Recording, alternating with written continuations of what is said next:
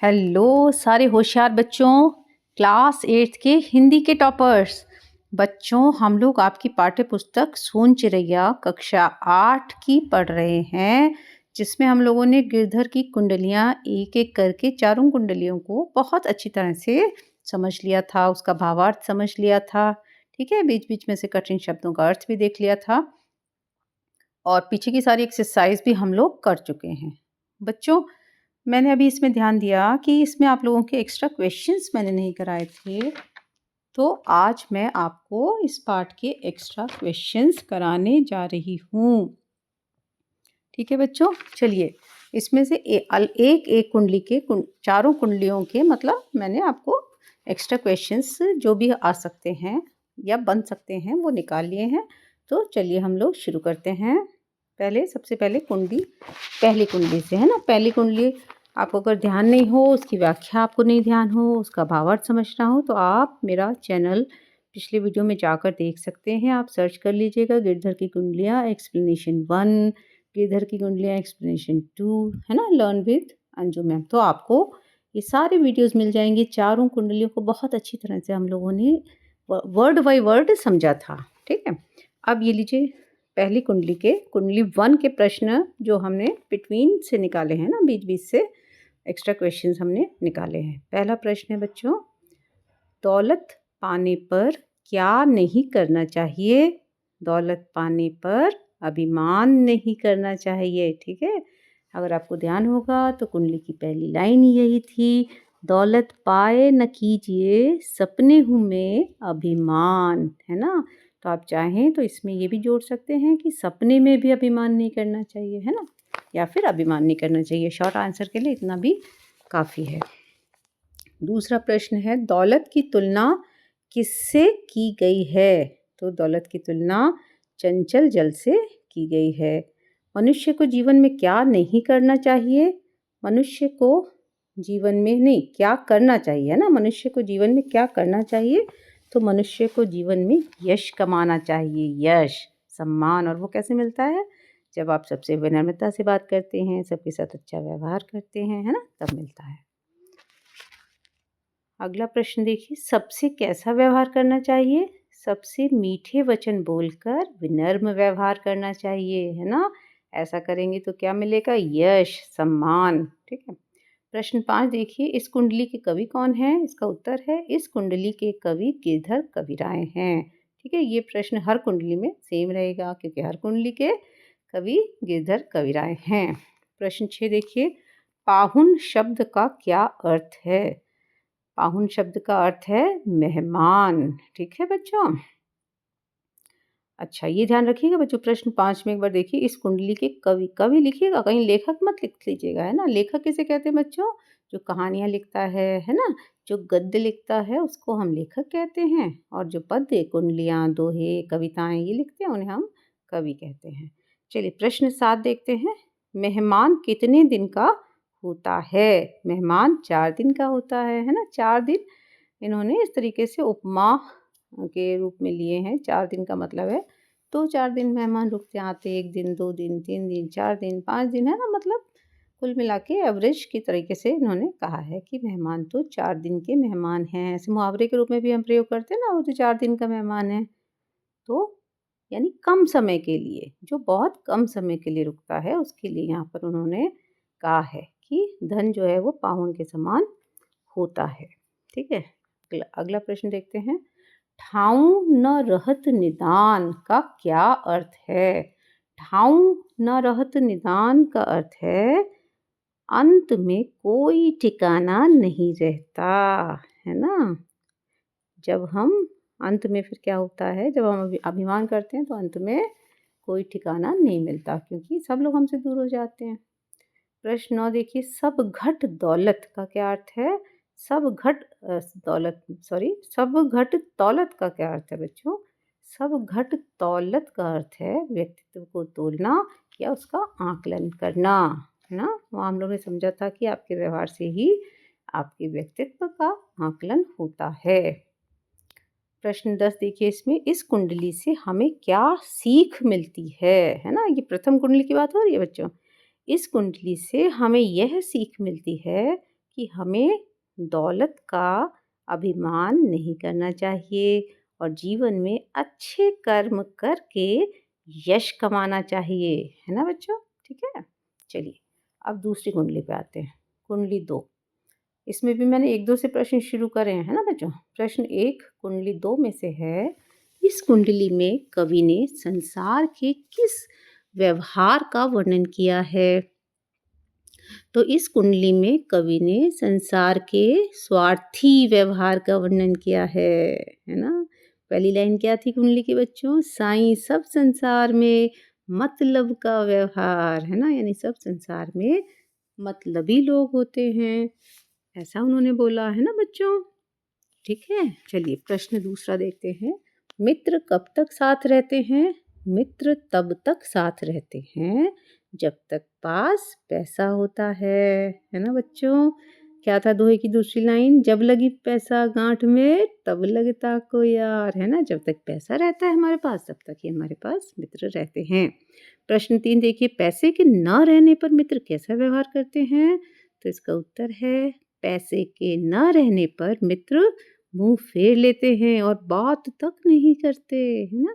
प्रश्न 4 देखिए, कवि ने किस प्रकार की मित्रता को दुर्लभ बताया है?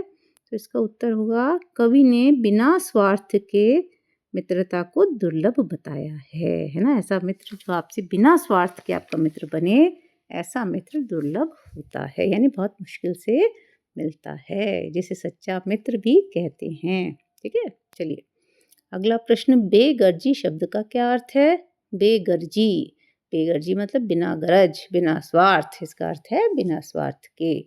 फिर इसी तरह से प्रश्न 6 देखिए, विरला शब्द का क्या अर्थ है? विरला शब्द का अर्थ है अनोखा या बहुत कम मिलने वाला, है ना? बिना गरज के प्रेम करने वाले जो होते हैं मित्र कैसे होते हैं? विरले, ठीक है ना? करत बेगर्जी प्रीत यार विरला कोई साईं, है ना? ऐसा कहा ना उन्होंने, गिरधर जी ने। ठीक है, प्रश्न 7 देखते हैं, इस कुंडली से हमें क्या सीख मिलती है? इस कुंडली से हमें यह सीख मिलती है कि हमें स्वार्थी मित्रों से सावधान रहना चाहिए और सच्चे मित्रों की पहचान करनी चाहिए, है ना बच्चों? आपको भी ध्यान रखना है, आपको हमेशा कैसे मित्र बनाने हैं? जिनकी अच्छी आदतें हों, है ना? जो पढ़ाई लिखाई में ध्यान देते हों, इधर उधर नहीं भटकते हों, ठीक है ना? है ना? और आपका मौके पर आपका साथ दें, ऐसे मित्रों की आपको भी पहचान करनी होती है और उन्हीं का साथ आपको करना होता है, तभी आप जीवन में सफल होंगे, है ना? जो जो लोग अनुशासनहीनता कर रहे हैं, है ना? या फिर केवल मतलब के लिए ही आपके साथ हैं, तो उनसे दूर रहना ही भला होता है। अगला प्रश्न देखिए, कुंडली के अनुसार संसार में अधिकांश लोगों का स्वभाव कैसा है ना? ये देखिए प्रश्न में है, यहाँ पर साथ ही में है, इसका उत्तर होगा, कुंडली के अनुसार संसार में अधिकांश लोगों का स्वभाव स्वार्थी है। ऐसा जी गिरधर जी कह रहे हैं कि ज़्यादातर लोग जो होते हैं वो स्वार्थी होते हैं, ठीक है ना? इसीलिए ऐसा कोई बिरला ही होता है जो बिना स्वार्थ के हमारा साथ देता है और हमारा मित्र बनता है। प्रश्न 9 देखिए, हमें किस प्रकार के मित्रों का साथ देना चाहिए? हमें सच्चे और निस्वार्थ मित्रों का साथ देना चाहिए। चलिए कुंडली 3 में अब आ जाते हैं, तीसरी कुंडली के प्रश्न उत्तर देख लेते हैं, बीच बीच से क्या बन रहे हैं। पहला प्रश्न, गुण के ग्राहक कितने होते हैं? इसका उत्तर है, गुण के ग्राहक हजारों होते हैं, है ना? मतलब अगर आपके अंदर गुण है तो आपको चाहने वाले, आपको पसंद करने वाले हजारों हजारों होते हैं। बिना गुण के क्या नहीं मिलता? बिना गुण के कोई सम्मान नहीं मिलता, है ना? हमें अपने अंदर गुण जो है डेवलप करने चाहिए। चलिए अगला प्रश्न 3 देखिए, इस कुंडली में यानी तीसरी कुंडली में, है ना? तीसरी कुंडली में किसकी तुलना की गई है? तीसरी कुंडली में कौवे और कोयल की तुलना की गई है। फिर प्रश्न 4 देखिए, किसका शब्द सबको अच्छा लगता है? कोयल का शब्द सबको अच्छा लगता है। प्रश्न 5 देखिए, किसका रंग एक जैसा होता है? कौवे और कोयल का रंग, है ना? एक जैसा होता है ना? देखा है आपने बच्चों? कोयल देखिए बहुत काली बिल्कुल होती है ना, कौवा भी बिल्कुल काला होता है, थोड़ी सी कोयल छोटी होती है कोयल से, लेकिन एकदम काली, दोनों बिल्कुल काले होते हैं।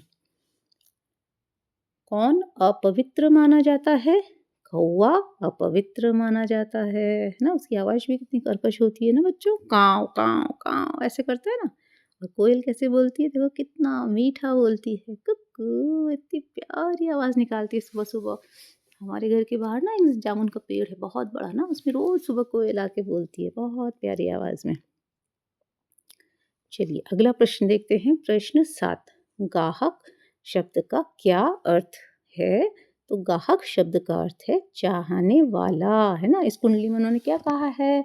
सहस नर गाहक गुण के, गुण मतलब गुण के गाहक चाहने वाले हजारों लोग होते हैं, ठीक है। प्रश्न 8 देखिए, अपावन शब्द का क्या अर्थ है? अपावन शब्द का अर्थ है अपवित्र, ठीक है। पावन का होता है पवित्र, अ लग जाता है तो उसका क्या हो जाता है? विलोम अपवित्र। प्रश्न 9 देखते हैं, इस कुंडली से हमें क्या सीख मिलती है? इस कुंडली से हमें यह सीख मिलती है कि हमें अपने गुणों को विकसित करना चाहिए, क्योंकि गुणवान व्यक्ति को ही सम्मान मिलता है ना बच्चों। चलिए आगे देखते हैं, कुंडली 4 पे आ गए हम लोग। आखिरी कुंडली है ये आपके पाठ की। इसका पहला प्रश्न देखिए, बिना विचारे काम करने का परिणाम क्या होता है? इसका उत्तर है बिना विचारे काम करने से बाद में पछताना पड़ता है ना। बिना सोचे समझे कुछ भी कर लेंगे तो फिर हमें बाद में पछताना पड़ता है। प्रश्न 2 देखिए, बिना विचारे काम करने से क्या बिगड़ता है? बिना विचारे काम करने से अपना काम बिगड़ता है और जग में हंसी होती है ना। लोग हमारा मजाक बनाते हैं। प्रश्न 3 देखिए, बिना विचारे काम करने से मन को क्या नहीं मिलता?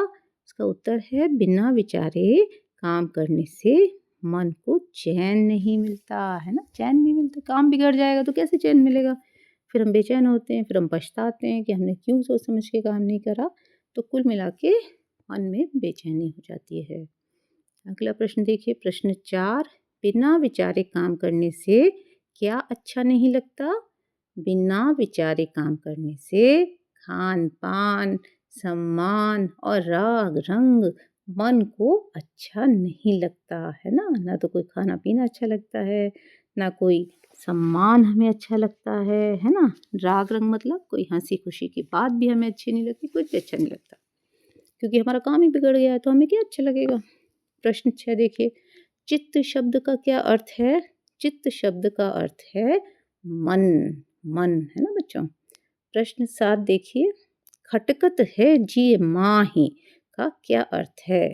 खटकत है जिय माही का अर्थ है मन में खटकना, है ना। मन में खटकना, मन खटकता रहता है कि अरे हमने सोच समझ के कर लिया होता ये काम अच्छी तरह से, क्यों हमने बिना विचारे कर लिया, है ना। ऐसे एग्जाम में भी कई बार होता है ना, जब तैयारी का टाइम होता है तो हम तो कुछ पढ़ते नहीं हैं, इधर-उधर मन लगाते हैं, कभी मोबाइल में देखते हैं, कभी टीवी देखते हैं, है ना? और फिर क्या होता है, एग्ज़ाम में गड़बड़ हो जाती है, फिर हमारे मन में खटकता है, हमें दुःख होता है ना? इसलिए समय पे काम करने चाहिए सारे बच्चों, है ना? जिस समय जो करना है उसको पूरे मन लगा के करिए। टीवी देख रहे हैं तो पूरे मन से देखिए, मोबाइल से अगर खेल रहे हैं तो अपनी मम्मी को बताइए कि भाई हम आधा घंटा मोबाइल से खेलेंगे, है ना? और फिर हम पढ़ेंगे। तो मम्मी भी आपको अलाउ कर देगी और फिर आधा घंटा उधर मन लगा के करिए। फिर छोड़ दीजिए तो छोड़ दीजिए। फिर पढ़ाई करिए तो वो भी पूरा मन लगा के करिए। ठीक है बच्चों? तो फिर क्या होगा, मन में कोई खटकन नहीं होगी, मन में दुःख नहीं होगा। प्रश्न 8 देखिए, टारे शब्द का क्या अर्थ है? टारे शब्द का अर्थ है टालने से। दुख कछु टरत न टारे, ऐसा कहा है ना गिरधर जी ने कि दुख फिर टरत न टारे, टालने से भी नहीं टलता जब हम बिना विचारे काम करते हैं तो। प्रश्न 8 में देखिए, टारे शब्द का क्या अर्थ है ना, वही वाला प्रश्न आ गया तो हाँ दोबारा आ गया, चलो कोई बात नहीं।